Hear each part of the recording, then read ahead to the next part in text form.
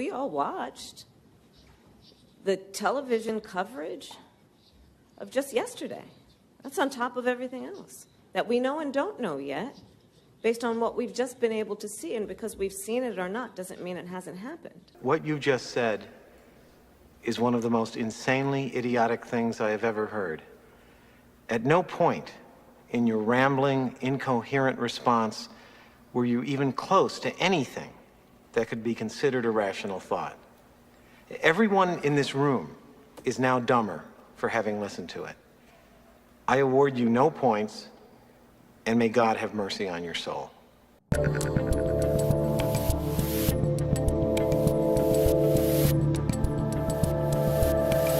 All right, we are live on the interwebs. It's Friday, which means it's time for another Friday Roundtable Extravaganza. Joining me today is the president of the Brownstone Institute, Jeffrey Tucker, and lawyer for the Dillon Law Group and host of Coleman Nation podcast, Ron Coleman. Jeffrey, Ron, welcome back to the Rubin Report. It's nice to be here. Thanks, Dave. Guys, before we get to anything, and obviously it's just another wacky week in woke, apparently over the last few hours, there has been one of the largest solar flares, I guess, in the last decade or so, and people are predicting the systems could go down. I think we have some kind of image of the solar flare. So this could be it for the Rubin Report and for all of us, and I just want to say it's an honor to have you guys on what potentially could be our last program. It's a fitting end. It's a culmination, if you will, of a lifetime of fine work by all three of us. I would believe so. Jeffrey, in case the systems go out before we even get to the show, is there anything you'd like to say, just as sort of your final summation of the whole thing, you know? The whole thing, the whole decline of civilization. Yeah, I will say that which everybody has a different beginning date. Mine is March 13th, 2020. Civilization was fun. It was glorious. We did great things for 1,000 years, but that's it. It's over. You're referencing the beginning of COVID. Well, anyway, we're going to do a show, and we'll see if the computer machines and the wires make it happen. We're going to be talking about some of the insane indoctrination on our college campuses, obviously, which has now just burst forth across society. A bit about Hunter Biden's testimony, and is this the way the Dems are going to show Joe Biden the door, because the polls are not looking good. And then just a bit about what's going on over at the White House as it relates to Christmas, because, yes, they brought in some drag queens. Surprise, surprise. But what I thought we could start talking about first today is this video from Joe Rogan's show from yesterday. He's referencing this former KGB agent, Yuri Bezmenov. And I've played a couple videos of this guy who talks about how you would take out Western civilizations, how you could use the media and the educational institutions, and over decades, how you could subvert all of our laws, all of our norms, all of the good things about our culture, and just take us out without even firing a shot. Rogan referenced that on his show yesterday. I thought it would be a nice place for us to start. I think there's been an ideological capture of colleges, and Yuri Bezmenov, the former KGB guy from the Soviet Union, when he defected, he talked about this like openly, that the Soviet Union has been trying to do this forever. They've been trying to demoralize America by infecting their educational institutions, and it's a multi-generational approach. You infect the kids with Marxism and Leninism in the universities, and then you indoctrinate them to these ideas, and then they go off and slowly start to seep into the workplace. And over the course of several generations, you completely diminish their confidence in democracy and what they think about America. You destroy all of the confidence that they have in America, and that's exactly what's happening. Could be. When they're saying Osama bin Laden was correct. I wish you would have said all that with the Asian mask. Yeah. I know, I couldn't. Damn it. The mask is it was like too hard to form sentences. Jeffrey, that kind of sounds like what has happened here in America as we watch all of these crazy protests and everything else, doesn't it? I've been a little bit shocked about the power of elite academia over the culture. I didn't expect it really to pan out this way. Of course, Buckley was complaining about this in 1956, and we've been hearing about this for decades, but I was a little bit dismissive of it in the past, thinking, well, who cares what goes on at Harvard and Yale and Princeton and whatever. These, nobody believes what the professors say anyway. We're going to. That's not really going to matter. So I've been a little bit taken aback over the last several years just to see the invasion of, yes, all of the commanding heights of society by people who have been indoctrinated in sort of extremist woke ideology. And I think even more important than that, they've been denied access to the Western canon. That is long gone. And so it's not so much the presence of woke theory and destructive ideology itself, but the complete absence of anything else, anything like Enlightenment thought, serious literature. All the great books have been blasted away in the 21st century. All the things that we aspired the students, everybody to learn during the progressive era, with the great books and the Harvard classics, it's all gone. It's a great point, actually, because what Bezmenov is saying, what Rogan's referencing, is that they figured out a way to get into our systems. But you would think that our systems, which have done our institutions, our founding documents, which have done so much good over a couple hundred years, but really starting with the Enlightenment and everything else, that they would have been able to stand up to this. But Ron, I suspect, as a man who believes in some old books, you're not surprised, perhaps. Well, I am nonetheless surprised that so much has collapsed so fast. And one response to that is, well, no, Ron, it hasn't been so fast at all. It's like it's what they say about all the years it takes to become an overnight success. Mm-hmm. I learned from James Lindsay about something that I think I had remembered from my Cold War days, as a lot of commie stuff.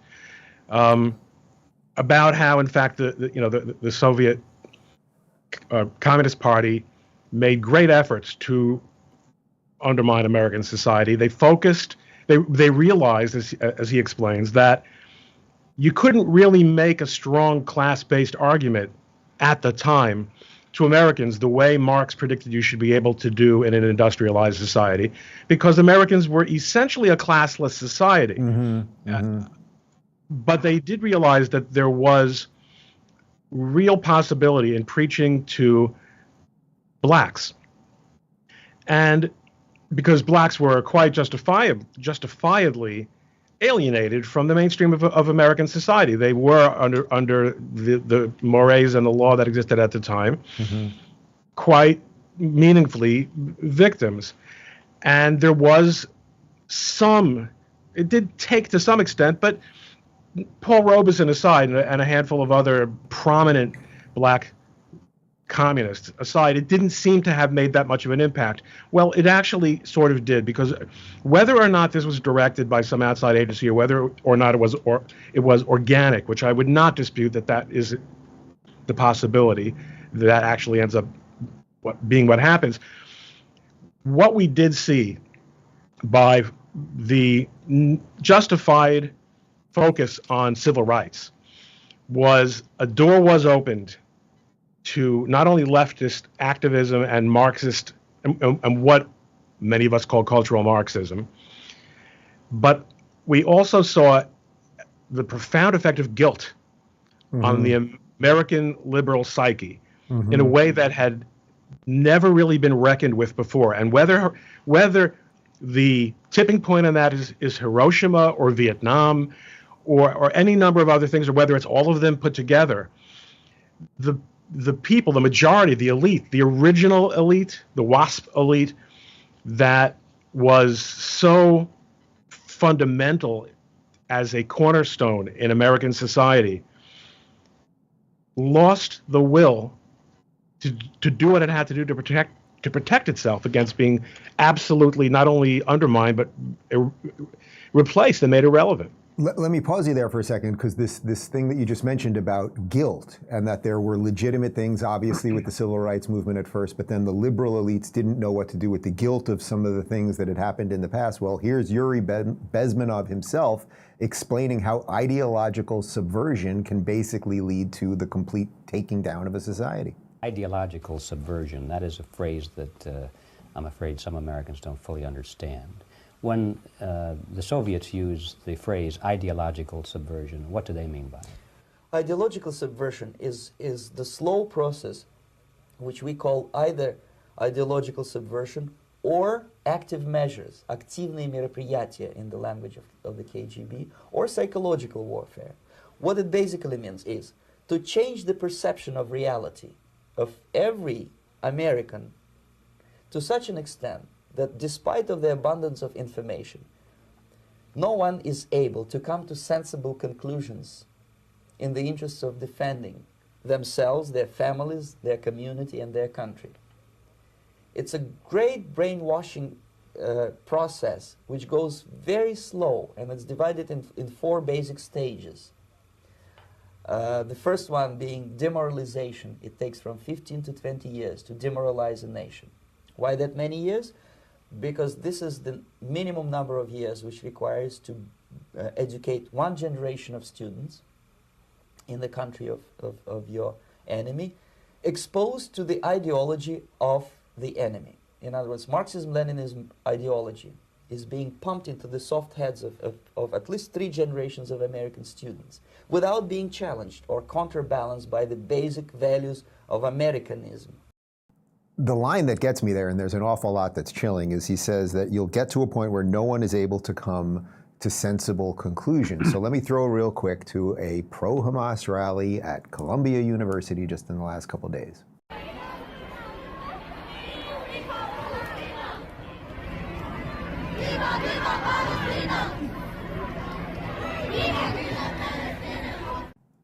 Jeffrey, you referenced before you were a believer in these institutions. You didn't think that they were going to collapse so quickly or that they would stand up for themselves a little bit better. It's quite an admission. I appreciate it, and a lot of people, I think, felt that. When you see this, and by the way, I have no problem calling them pro-Hamas rallies because nobody there is going to condemn Hamas.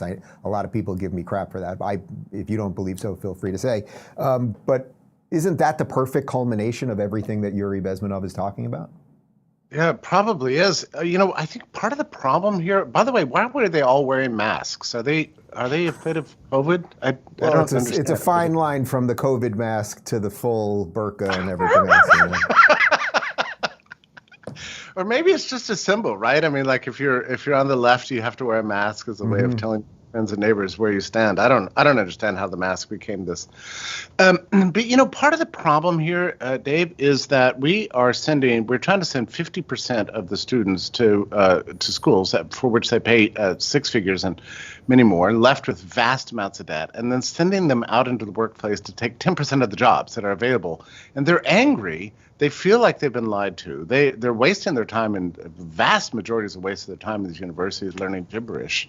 So they're angry at the world. It's like they have a sense that it's broken, and they're desperate for meaning in their lives. So these crazy causes and these crazy protests give them this dopamine rush and this sense that they can make a difference by being insane, because they're basically lashing out at at the system that they think, and in many cases rightly, has robbed them of a meaningful life or any other purpose in life. And I think it's really tragic. And that demographic sort of uneven balance there, that we're sending so many kids to school and spending so much money on it to learn, to get educations they're not actually going to use professionally, has got to be part of this problem. It's just at least a loss of confidence and a loss of purpose and a loss of meaning. And it's exactly what Bezmenov said that you should do if you wanted to take out a country. Ron, you're going to love this one because I know you're a man of higher education. At the University of Pennsylvania, they have started a coalition freedom school to defend freedom of speech as it relates to Palestine or something like that. Good luck trying to make sense of this. And has consistently sidelined marginalized communities. This undergraduate student wanted to remain anonymous, but says that concern with the university is the reason they've started the coalition Freedom School of Palestine. We hope this Freedom School will be a platform where we can elevate Palestinian voices. The group is calling on Penn to demand a ceasefire, protect freedom of speech on campus, and institute freedom of thought for Palestine. We reached out to Penn about the demonstration and the response to the group's demands, but have not heard back yet. As for the pro-Palestinian group, they plan to continue making their voices heard no matter what. This is why we gather here today. It's because we want to wake up while we can still make a change. We want to wake up while we can still make a difference. We want to wake up while we can still save a life. Take it away, Ron. Look, we are in an intellectual regime of utter inanity in our time. And one thing I like about Jeff's formulation is that it gives some credit to these lunatics of being premised on the idea that they are insightful and that they're aware on some level of the emptiness inside of them. I'm not so sure that the students at Ivy League universities and all right, let's include Penn.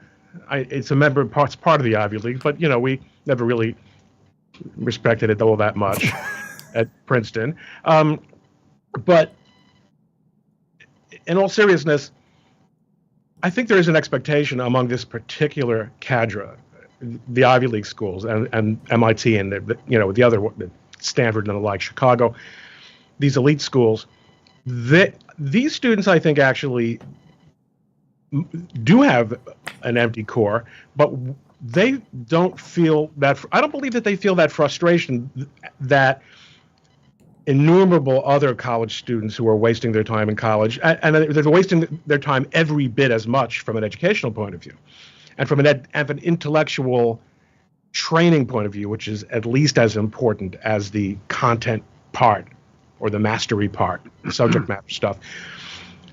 The students in these elite institutions have been conditioned to think of themselves, and the Ivy League schools reinforce this during the time that you're there, as the decision makers, as the people who are entitled to and will run the world.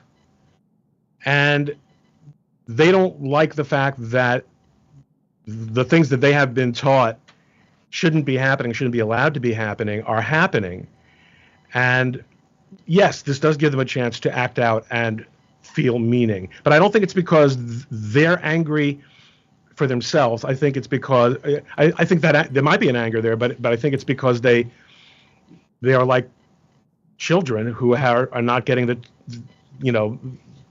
they don't want that TV show to be on, or they want a toy that they can't have. Right. In essence, they've been taught all the wrong things, given none of the right tools. Now they're seeing reality, and they think they have dominion over it. I want to show you one more image from an Ivy League school. This one's from Harvard, and Harvard's had a pretty bad week, and you can see these students there, and a lot of them, again, the mask thing, and okay, genocide, occupied, river to the sea, all of the stuff. Jeffrey, make some sort of case, if you can, why we shouldn't just be excited for Harvard to completely collapse. On top of the fact that I know they have a $50 billion endowment, so it's going to take a little time because you can throw cash at things to keep it going. But on top of the fact that, Claudine Gay, the president, is now also, it is very clear that she plagiarized in her dissertation. Yes. And everything else. Like, why is there any argument left why anyone should care about these? No, it's astonishing. I mean, the case of this plagiarism stuff, she should have never been appointed to that position. But now that we have all this proof, I mean, it's overwhelming. It's not just 4 cases, it's not just 14 cases, it's everywhere. I mean, you can't even look through her work without bumping into another case of plagiarism. It's so obvious. It wasn't a mistake. She should have resigned. The fact that she didn't. And she stole from a black woman, by the way, Carol Swain, who is a well-known academic. So meanwhile, you've got sorry to interrupt, but you've got the NAACP saying that if you go after Gay, you're a white supremacist, but she stole from a black woman. Yeah, it's unbelievable how everybody should have rallied around her. I do want to say something else about these kids and they're claiming freedom. I'm weirdly happy to hear words like freedom and free speech. I don't understand where these same people were during lockdowns, during the vaccine mandates, when they were being imprisoned in their dormitories, when they were being robbed of their tuition by being forced onto Zoom classes. I mean, they were completely passive. Vast numbers of Ivy League professors, administrators, and students were passive in the face of these tyrannical controls in the name of controlling infectious disease, and had, as far as I could tell, like nothing to say about it. And the few who did were severely oppressed, and some of them were just tossed out of school. Well, let's just face it. You had to go along with the vax mandates or you weren't allowed to stay there. And these were despotic. Where were the protests? They had nothing. That would have been a nice opportunity to talk about freedom and human rights. It's an interesting concept. When the need for freedom was at their door, literally, they did nothing and folded. And now they have this abstract concept of freedom across the world that's completely backwards, actually. But this is how they're expressing it. I will ruminate on that one over the weekend, Jeffrey. You've done well. But let's move to the next topic here. Hunter Biden, the son of Joe Biden, and Joe loves this boy. You must know that. He really loves him. That's what they tell us on The View every day. He was on Capitol Hill yesterday explaining that everything going on with him and his business dealings and his father and a potential impending impeachment is really because MAGA is a bunch of crazy people. For 6 years, MAGA Republicans, including members of the House committees who are in a closed-door session right now, have impugned my character, invaded my privacy, attacked my wife, my children, my family, and my friends. They have ridiculed my struggle with addiction, they have belittled my recovery, and they have tried to dehumanize me, all to embarrass and damage my father, who has devoted his entire public life to service.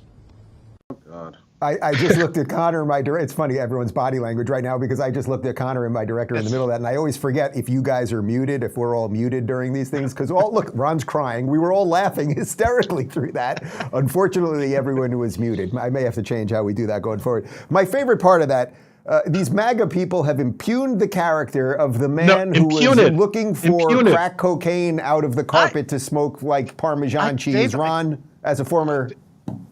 How can you ridicule this man's struggle with substance addiction? I mean, that's really vicious of you. I can't believe it. Ron, I didn't mean to interrupt you, Ron. Go ahead. Yeah. What exactly is the question? I mean, I can land anywhere on this. It's just the sheer lunacy of everything. No matter what light they shine on, why did this guy have a job at Burisma and he had no business working at an energy company, and who is he giving the money to, and the dad firing them? This is all just about MAGA, and they're being mean because, they're not paying enough for his artwork or something. Mr. Chairman, as an Italian American, I resent your question about the mafia. This is just so transparent, and it feeds into the Yenta class, over at the View and those kind of nonsense people. I mean, everything is a game. Everything is a spin. Yeah.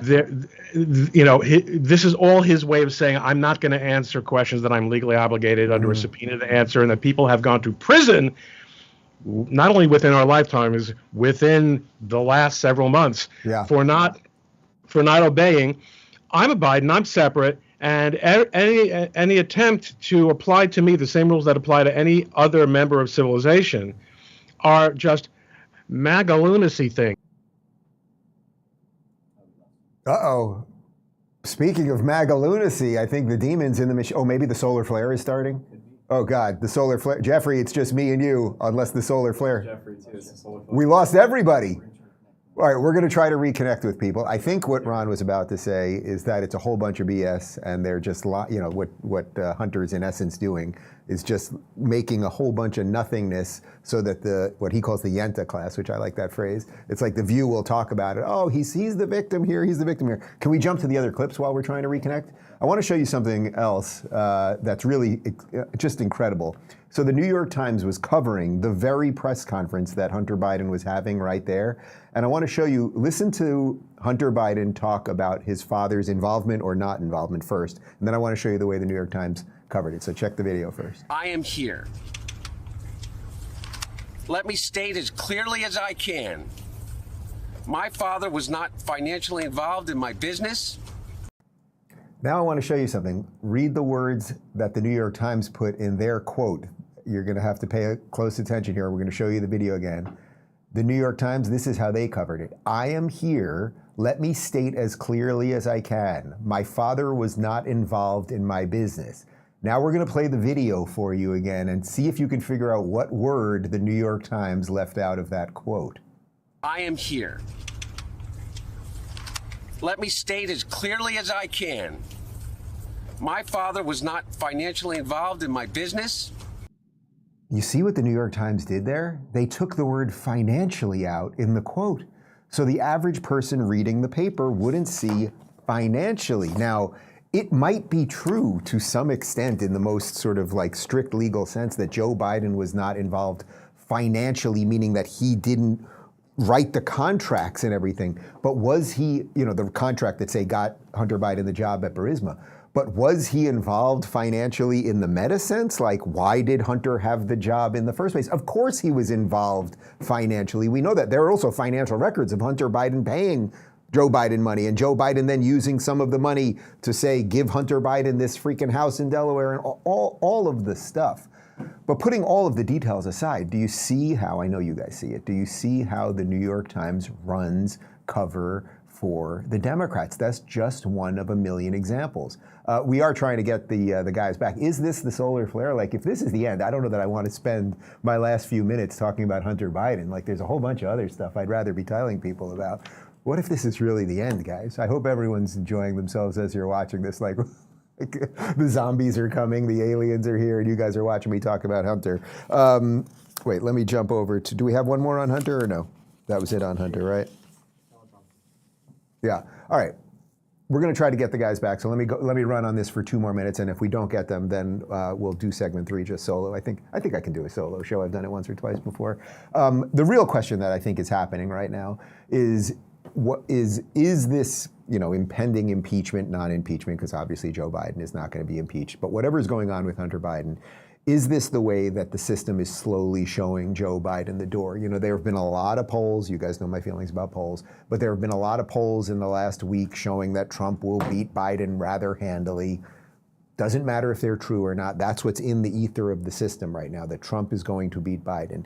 Everyone knows that Biden is not cognitively aware. There's no real movement behind him. You can feel, because of everything that's happened over the last 2+ months since October 7th, a lot of whatever's left of that sane liberal class is kind of waking up and could potentially vote Republican. So the Democrats are definitely feeling like, what do we have to do here? But they, as you guys know, they have a huge problem on their hands, because not only do you have to figure out a way to get rid of Joe Biden, so you could maybe get him involved in this scandal, and then he steps down, he does the right thing, it's honorable, he steps down. I didn't really realize what my son was doing and how some of this had happened, or I'm just not guilty at all, but it's time to move on. But then the bigger problem they have is Kamala Harris, the woman that we showed you that insane cold open of. She's waiting in the wings, and there's just virtually nobody in America that wants to vote for her. So if they're looking at the numbers and they think that they're in trouble with Joe Biden, they're in way more trouble when it comes to Kamala Harris. So then the question is, well, what do you have to do to get rid of her? Do you do some brokered convention? Like, what is the thing? I do not know, but I do strongly sense, and I'm usually, as my friend Eric Weinstein always says about me, Dave, you're directionally right more than most people. I do think that they're just seeding the ground with a little, we're going to get rid of Joe Biden, and let's kind of figure out how we're going to do it. I think I think we have Ron back. Let's see if we can bring Ron back in. Damn solar flares. Ron, do we have you? We do not have Ron. The solar flares. Damn. All right, I'm going to finish up segment 3 without the guys, and we will bring them back soon enough. The one other thing that I did want to cover this week, it's sort of silly on its face in some sense, but I think it also gets to the cultural rot that we were talking about, and everything that Yuri Bezmenov was talking about how you can just sort of slowly destroy everything. I want you to watch this. We played a clip of this on People of the Internet yesterday. It's just wild. This is Jill Biden. This is from Dr. Jill Biden the wife of the President of the United States, from her official Twitter account. This is the debut of the White House Christmas decor and celebration. Hold on to your hats, folks.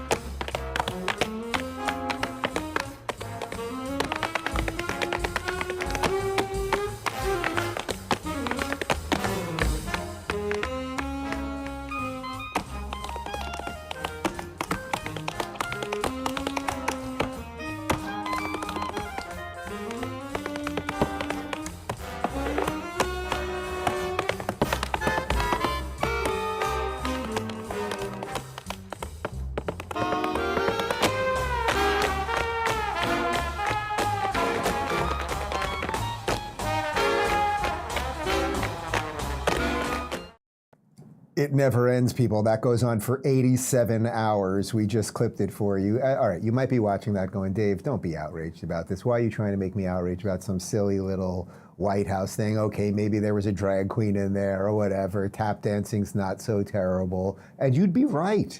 Except, of course, what did we find out this morning? This is from End Wokeness.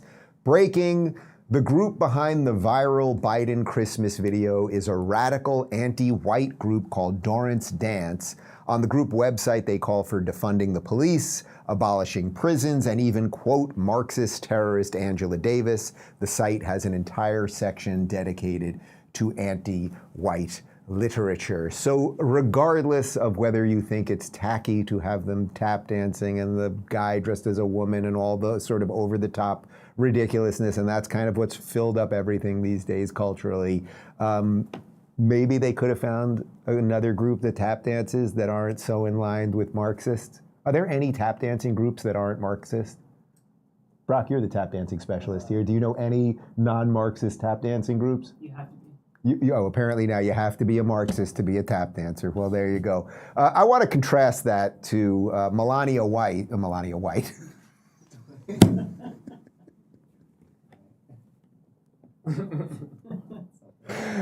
Melania Trump's White Christmas. Go.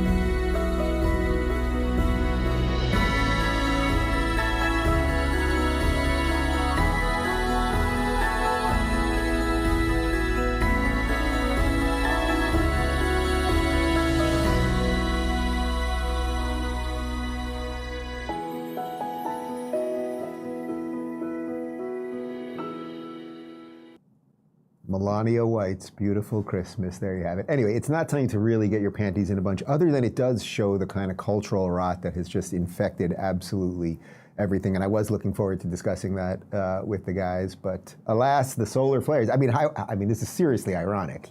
Like, there are all these warnings about solar flares and the internet's about to go down. Apparently Skype is down.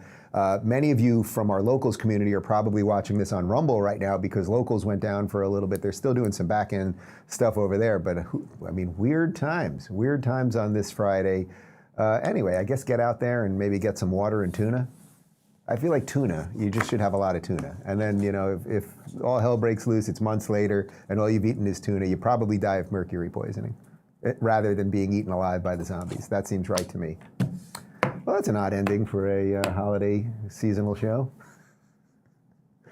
My full interview with Caroline Glick, she's a spectacular actual journalist. She's on the ground in Israel, and I tried to do the interview a little bit differently and not just get into the political portion, but what it's like to actually live in a country going through war.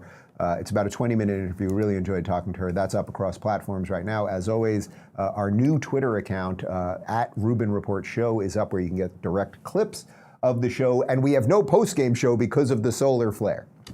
So good luck with all of that. See ya. Let me state as clearly as I can. My father was financially involved in my business. The kickbacks we got paid for my new teeth. These hair plugs, that obviously didn't work. Countless hookers and all the Parmesan cheese a guy could ask for. And my dad, the big guy, said it best. I'm the smartest guy he knows.